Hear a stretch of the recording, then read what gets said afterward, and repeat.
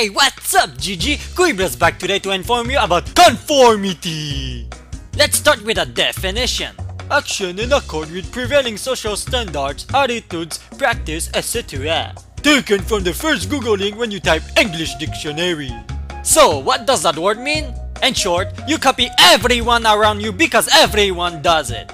Here's an example. When you want to cross a road, you need to wait until the traffic lights are green. If they are red, you can cross the road. Pretty logical, right? But in my city, the vast majority of the population cross the road even if the lights are red. Anyways, you are a righteous person and you don't want to cross the road when the lights are red.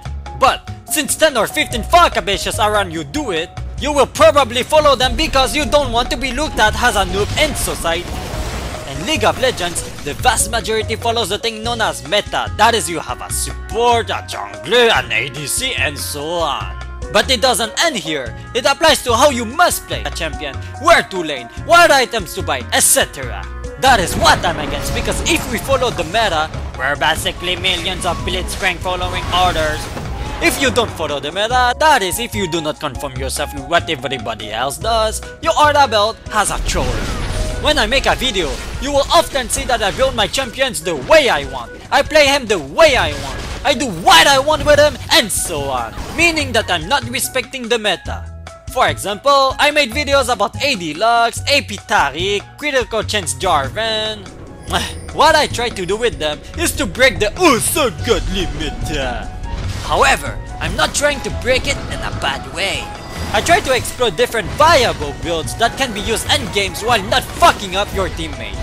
If I can find a way to build a champion breaking the meta, I'll build him differently while respecting the role he's good at. For example, if I play Graves, I'll build him as an AD carry, but with my own items, the ones I think are the best for him. In other words, I'm not telling you to go AP Ashy to deal tons of damage with only your ultimate, and if you don't hit a single target with that, your team is pretty much fucked hard. You know, I even came across players that didn't buy a single ward because I said that the guides they've seen didn't tell them to buy any ward. WTF is that?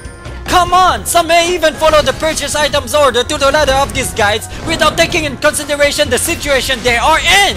I saw a dude taking Frozen Heart as his first item when his enemies were all APs. That's unbelievable. That kid.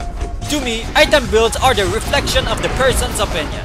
The person making a guide do not tell you what are the best items for a champion, but what he thinks are the best items for a champion. Well, maybe they are, but you know what I mean, right? If a guy tells you to buy a Phantom Dancer before getting Last Whisper on Miss Fortune, but you rather have the Last Whisper first, just take it and go! Play the game according to your feeling!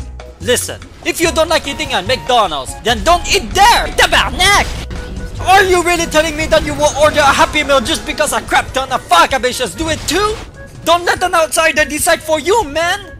Anyways, if you think that the guide is really good because you think that the runes, the masteries, and all that shitty goodie is good for that champion, I don't see a problem with following it.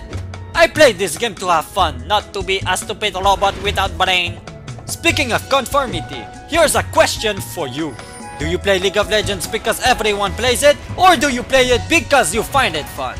Or would you rather play another MOBA game like Dota 2 or Smite instead because it suits your taste even more than League, but you don't because your friends are playing the latest? I'll leave you with that philosophical question for today, and I'll see you next time. Ciao!